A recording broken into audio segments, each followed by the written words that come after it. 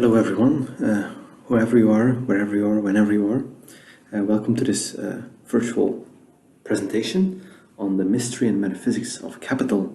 Years ago now. Social ontology regularly claims to benefit, or to potentially benefit, the social sciences. Searle has done so, Tony Loss has done so, Epstein recently did so, and thereby perhaps eventually to the plight of the world's poor.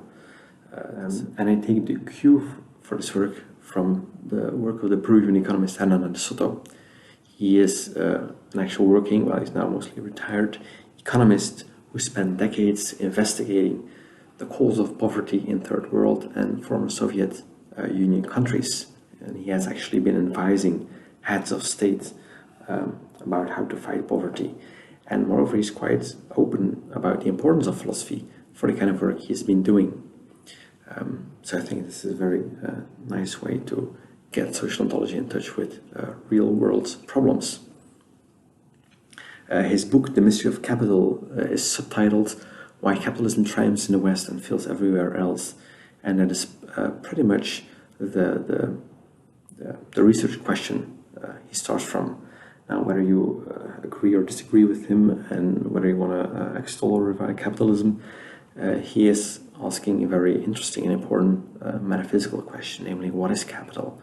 And that's a question that we want to address here as well. His research led him to the surprising discovery that the West has actually forgotten what capital is, hence why it's a mystery. And that's, according to him, also the reason why the West fails to teach non-capitalist countries how to install capitalism. I quote, "Once the vast machine of capitalism was firmly in place and its masters were busy creating wealth, the question of how it all came into being lost its urgency. Like people living in the rich and fertile delta of a long river, the advocates of capitalism had no pressing need to explore upstream for the source of their prosperity. Why bother?" End quote.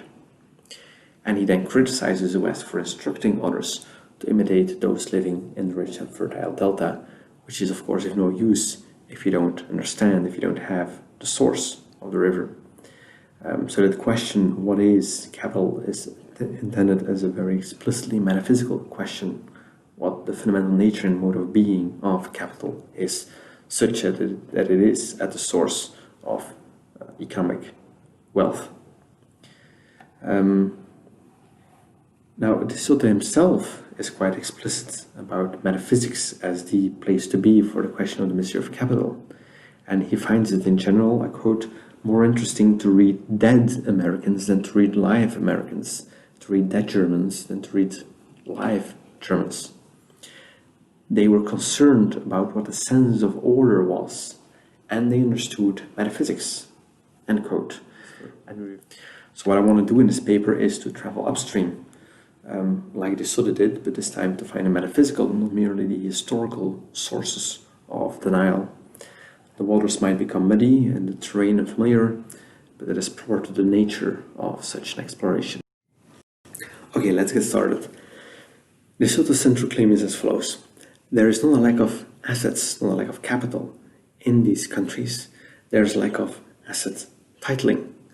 If you don't have title to your house, there's first of all the legal uncertainty that you can't prove that you're the owner in court, but more importantly, it becomes very hard or even impossible to use your house to get a mortgage loan, for example, to get credit to invest in your business. If you're not easily identifiable for a bank as the owner of the house, it's very hard or impossible to get credit, hence to get access to the capital market. So the capital is there, but it is dead capital. It can't be used in the capital market. It can't be used to generate credit and just then serve all these other economic functions. Now, of course, there is a formal legal system in these countries, but the problem is, as de Soto discovered, that these legal systems have too high entry barriers or have other problems, which leads a lot of people to stay outside of these legal systems and to stay in the extra legal sector. So he has advised many governments to lower the entry barriers, to make sure that the bottom up, the grassroots social contracts that exist on a day-to-day basis between the people governing their assets and their property, finds an easy connection, has an easy interface with a formal legal property system, which has a much better connection to the capital market, and which leads capitalism to develop much better than with all these myriad local informal property systems. Now, for those of us familiar with Searle's first book, his 1995 book, this immediately reminds us of the role of status markers. Status markers like the uniform of a police officer, or indeed a document, designates a certain institutional status that a person or a piece of property has, or the relation between a person and a piece of property. And you need these to indeed communicate what the institutional status is of these institutional objects, so that you can handle them. The importance this sort of attaches to these status markers, which can then be taken up in the capital market, can be understood as a case of what Searle calls iteration. As soon as an institutional object is created, it can acquire, in a different context, a different property. It can become a different institutional object. As soon as you have title for your house, you can go to court, where it serves as proof for a certain claim. You can go to a bank, where it can serve as a mortgage for your loan. As soon as you have the loan, it can serve as a proof to get a tax break from the government if government wants to implement a certain policy. So this iteration, which indeed relies, as argued by Soto, crucially on the presence of a universally recognized system of status markers, can then lead via a system of iteration to the development of capital. Okay, let's start with our first metaphysical exploration of capital. De Soto doesn't systematically advance a theory of the metaphysics of capital, but he does offer certain important metaphysical intuitions about what capital is. And these intuitions systematically, repeatedly use the word, or at least the concept of potentiality. He talks about capital as the value that things have hidden in themselves. Or even explicitly, I quote, property provided a passport that allowed one to bring out the hidden potential and value that existed in all the assets and work that all people do, end quote. And he even explicitly compares the hidden potential of assets with the potential energy of a lake if you put a hydroelectric dam there. So if we take this metaphysically serious, it's of course very easy to connect it to the kind of dispositionalism that we explicitly set out as the metaphysical framework in which we would be working. Now, I propose here to explore it with the term affordance, Gibsonian affordances, coming from ecological psychology. This term expresses a unique complementarity between the actor and environment, and I give you the classical quote from Gibson, quote, "The affordances of the environment are what it offers the animal, what it provides or furnishes for good or ill. The verb to afford is in the dictionary, but the noun affordance is not. I have made it up. I mean by it something that refers to both the environment and the animal in a way that no existing term does." So a certain chair or a certain substance might provide sitting for me, and might provide nutrition for me, but not for a 1-year-old, or not for another animal. So it is easily understood as a potential, as a potentiality, but potentiality that is very specific, very relative to a specific person in a specific context. Affordances can be hashed out or framed within the dispositionalist metaphysics, as Barbara Fetter did in a paper 2 years ago. But the point I would like to make here is that we can, in a first step, understand that any single action we perform affords value in some way, or at least we presume or we hope that the action we perform affords us more value than an alternative action we could have performed instead. The second point would then be to look at, well, what is special about capital? Well, as De Soto points out, the etymology of the word points us to livestock. And what is interesting about livestock is that, well, milk provides us, milk affords a value, meat affords value, but the interesting thing about livestock as capital is that it affords us these affordances. It is sort of a second order affordance.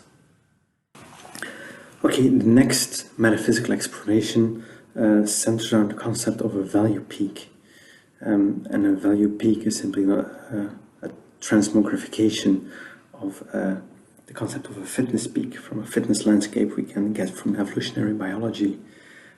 So that's a visualization of the fitness, the relative higher fitness that a certain genotype has than another genotype, and the evolutionary change that might be required to evolve from one genotype to another genotype with a higher degree of fitness. Or in this case, since we're talking about economic realities, I talk about value in line with the previous section and the next section. Certain, well, the most direct translation of a fitness peak would be, say, a mountain of gold, or at least a mountain with veins of gold and the phenomenon of a gold rush, if you want.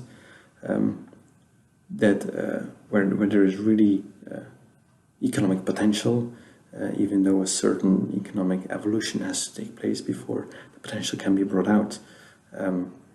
People really have to spend time and energy to move there and to start mining the mountain and building roads and have property rights and contracts in place.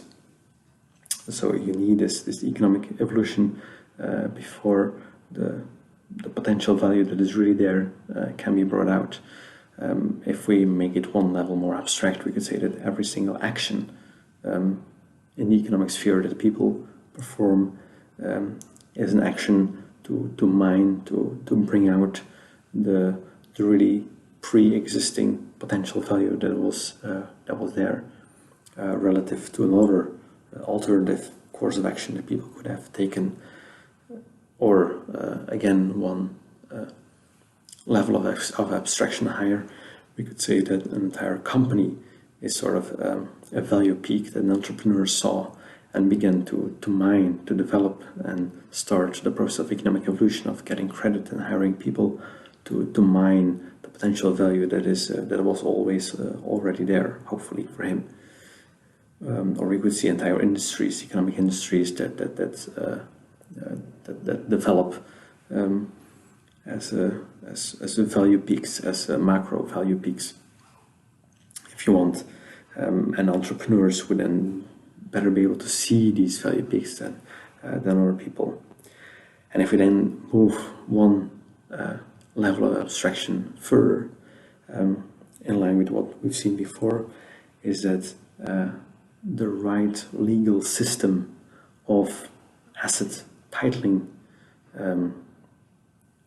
is in itself a kind of meta value peak.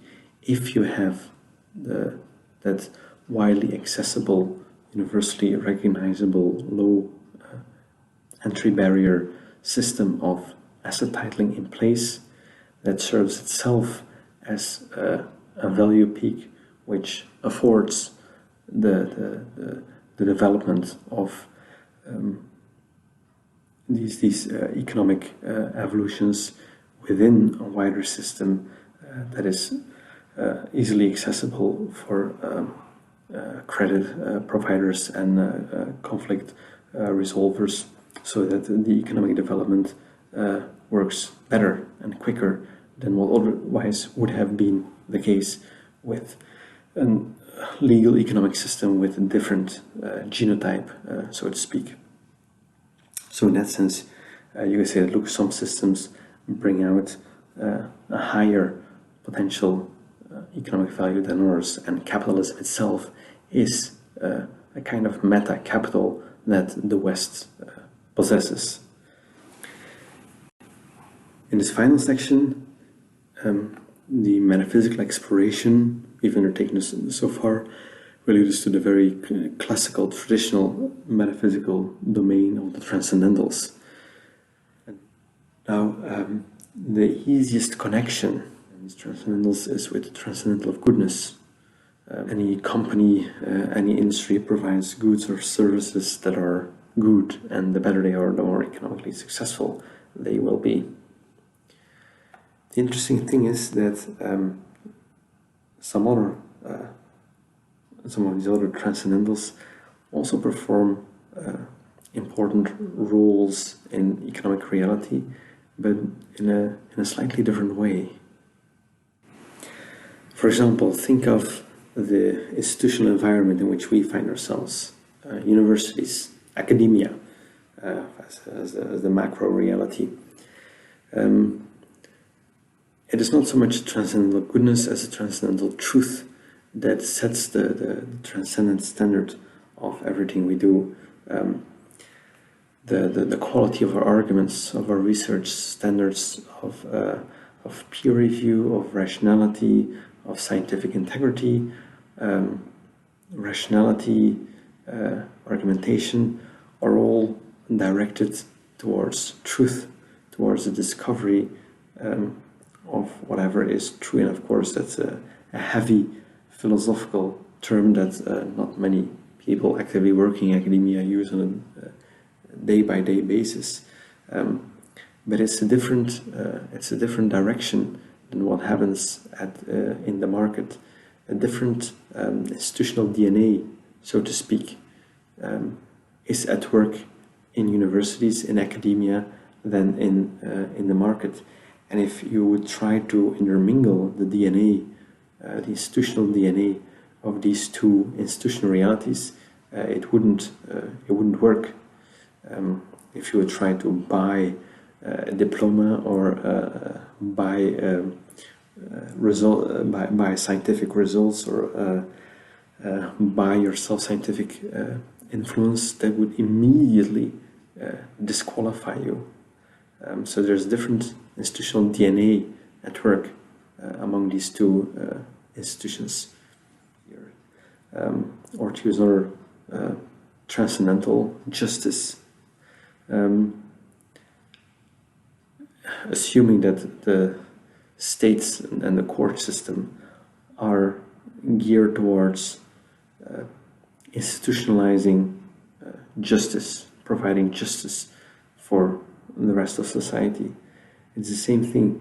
The institutional DNA of the court system works very different from the institutional DNA of the market or the institutional DNA of academia. If you would try to buy an election, you would thereby undermine the very political system. If you try to buy a certain court decision, it would be bribery. It would destroy the court system. But they all seem to be geared towards a different transcendental goodness in one case, truth in the other case, justice in yet another case. And of course, this is I fully recognize that we are now in very muddy waters.